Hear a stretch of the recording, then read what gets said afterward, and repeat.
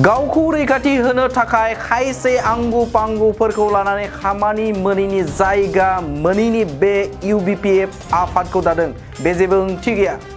आफाद दानाया मोनथाय दङ नाथाय गावखौल' रैखाथि होनायनि थाखाय नङा। मोनसे आफादखौ जुदि सोरजोंबा चेलेन्ज नांनो थाखायनो दायोब्ला बे माहारिनि बेसेबां खामानि मावनो हागोन जोंहा सन्देह दं। UBPF आ आसाम सरकार आरो भारत सरकारजों गनायथि मोननाय मोनसे आफाद जायनि थाखाय सरकारा माबाफोर सावरायनो दंब्ला जोंखौसो लेंहरना सावरायो। बेफोर गोख्रों बाथ्राखौ बुंदों UBPF नि आफादगिरि मनरन बसुमतारी बिथाङा UBPF जों एरख'जानाय डक्टर गाम्बारु मोसाहारिनि गोदान आफाद UBPF दानायखौ थांखिना गोबां सोंथि आरो दाय जाबसिननायनि सायाव खेंफोरथि होदों बिथां मनरन बसुमतारी बिथाङा। लोगोसे बिथां गाम्बारुआ बुंनाय UBPF आ खामानि मावनो हाबोआखै होननायखौ बिथाङा बुंदों अब्ला बै समाव गावबोथ' हायाखैमोन, बै समाव बिथाङा नेहाथारिमोन, गावबोथ' बिबान गारनाया बारा गोबाव जायाखै अब्ला माबोरै बुंनो हाखो UBPF आ खामानि मावनो हायाखैमोन होनना। UBPF आव थानाय समाव UBPF आ मोजांमोन नाथाय ओंखारलांनाय लोगो लोगोनो UBPF आ गाज्रि जाबाय। गावहा बाहागो मोनैनि थाखाय सियाराव थानो मोनैनि थाखायसो बोराबदों। 3 दाननि गेजेराव BKWAC नि सिमा थि खालामनाय आरो बियाब दानायनि बाथ्राखौ खौरां दंना गैया बेलाय? बेखौ सोर मावदों UBPF आरो एबसुआ मावाखैब्ला? डक्टर गाम्बारु मोसाहारिया सासे गागिनि लुबैसुला। गाम्बारु मोसाहारिखौ गाबोननो सरकारा चेयारमेन मासिखौ होफिनोब्ला गाम्बारु मोसाहारि बिथांनि UBPF आफादा जोबस्रांगोन। बेफोर बाथ्राफोरखौ बिथां UBPF नि आफादगिरि मनरन बसुमतारी बिथाङा बुंदों। दानिया फैदो बिथाङा मा बुंदों आबुङै नोंथांमोननि गेजेराव बड'लेण्ड बुब्लिया लामोनि। एसके खौसेथि बर' सुबुं आफाद जिथु जोङो 2014 मायथाइनि 18 जुलाइ बे आफादखौ जोनोम होदों। जोनोम होनायनिफ्रायनो बिटिआर नि बायजोआव थानाय बर'फोरनि रांखान्थि, समाजखान्थि, सोलोंथाइ गुबुन दिगाव जाहाथे दावगानो थाखाय जोङो जोनोम जानायनिफ्रायनो बर' कसारि वेलफेयार अट'नमास काउन्सिलखौ बर' कसारि अट'नमास काउन्सिलखौ जों बिबोबाय थादोंमोन। बिनाय बेलायाव जोङो नैबे सुक्तिनि दारै थामथि बर' गोजोन गोरोबथानि दारै बेखौ मोनबाय। किन्तु बे आफादखौ दाजेनगिरिनि गायसनगिरि गाहाय नेहाथारि गाम्बारु मोसाहारि बिथाङा जिहेथु माखासे भुल मावनायनि थाखाय बिथांखौ जोङो लाखिनो ब्राब्रा नाजादोंमोन किन्तु जों हादिया बेखौ सरकारानो बोख्लायबाय बिथांनि माखासे एलिगेसननि थाखाय। एलिगेसनखौ बिथांनो काउन्सिला 6 दान होनायावबो बिथाङा क्लियारिफाइ होनो हायाखैमोन। गतिके बिथांखौ बोख्लायना दोनथ'दों चेयारमेन पस्टनिफ्राय। CM हिसाबै दाबो दं बिथाङा। बिथाङा दाख्लै नोंथांमोननि माखासे निउस ससियेल मिडियायाव जों मोन्दों बिथांनि बेकग्राउन्डनिखौ थाखाय मोनसे माबा मोननो थाखाय प्लेटफर्मनि थाखाय बिथाङा मोनसे आफाद दादों होनदों। खिन्थु आफाद दायोब्ला थारमाने मा जायो बुस्थुआ बयहाबो बे डेम'क्रेटिक माबायाव गणतन्त्र देशआव बयहाबो गोदान आफाद दानायनि मोन्थाय दं जों बेखौ बुंगोन। खिन्थु मोनसे आफादा जुदि सोरजोंबा चेलेन्ज नांनो थाखानाय आफादफोरजों चेलेन्ज नांनो बा सोरजोंबा चेलेन्ज नांनो होननानै दायोब्ला बे माहारिनि बेसेबां मोजां खामानि मावनो हागोन जोंहा बेयाव मोनसे सन्देह दं। दा जों खौसेथि बर' सुबुं आफाद होनबा जों एसे बारायनानै बुङा। भारत सरकारजों बे गनायथि मोननाय मोनसे आफाद, आसाम सरकारजों गनायथि मोननाय आफाद। भारत सरकारा जोंनि बर'फोरनि जेंनानि सायाव माबा मोनसे रायलायनांगौबा जोंखौ लिंहरनासो रायलायो। बेनिफ्राय आसाम सरकारा माबा मोनसे रायलायनांगौबा जेंनाफोरनि सायाव रायलायबा जोंजोंसो रायलायो।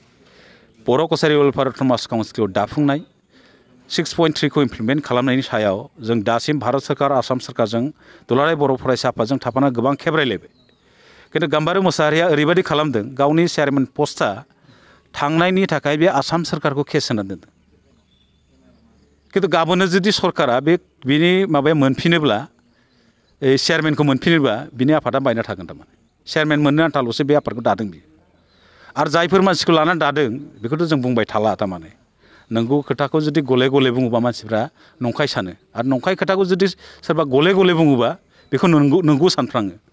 दा बिथांनि जिथु एलिगेसन आं थोंजोङै बुंनो थाङा बिथाङा मोनसे समाव मिलायनो थाखाय सुस्रांनो थाखाय आंखौनो गले गले दायित्व होदोंमोन। जायफोरजों बिथाङा लेना देना दंमोन एलिगेसन दंमोन आं बिथांमोनजों रायज्लायनांगौ मोनदों थारमाने।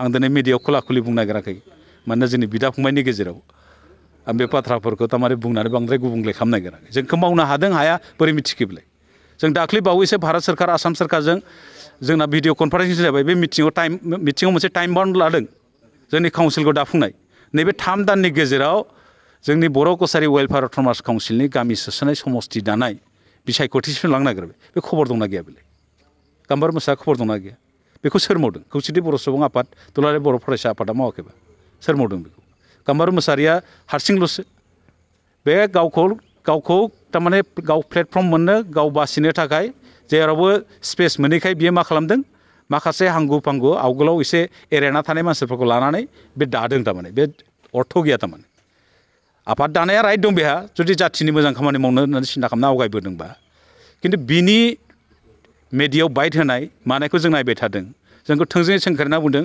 खौसेथि बर' सुबुं आफादा समाजनि खामानि मावनो हाबाखै होननानै मावनो हायाखैबा गोदो गावबो मावनो हायाखै नामा गावनि हाथारि जानाय समाव गावनि हाथारि गारनायाथ' बारा गोबाव जायाखै लेङाइ आफादगिरिनिफ्राय ओंखारलांनाया बारा गोबाव जायाखै बे थानाय समावबो मोजांमोन दा ओंखारलांनाय समाव UBPआ गाज्रि जाबाय नङा होमबा गावहा थारमाने भाग मोनैनि थाखाय शेयाराव थानो मोनैनि थाखायसो बोराबदों बियो गाबोननो जुदि चेयारमेन फैबा वेलकाम UBP जालायगोन बे बारा गिदिर खोथा नङा बारा गोबाव नोरजिया बे आफादा जों मिथिगौ बेयाव थानाय साफ्रोमबो आफादाव बिबान लानाय साफ्रोमबो बिनि दैदेनगिरिफोरखौ जों गासैबो स्केन खालामना दोनदों जों दा खुला खालामथ'वा बेफोर बाथ्राखौ बिसेसकै बर' कसारि वेलफेयार अट'नमास काउन्सिल आरो खौसेथि बर' सुबुं आफाद मोननैजों आलादा बुस्थु काउन्सिलखौ सालायदों सिपजों लोगोसे बिथांमोननि EMफोरा जोङो स्किमबो होनो हाया मा जादों जोङो बोरै लादों जों बेखौबो बुंनो हाया खिन्थु जोंना थांखिया जाहैबाय खौसेथि बर' सुबुं आफादना नैबे बर' कसारि वेलफेयार अट'नमास काउन्सिलखौ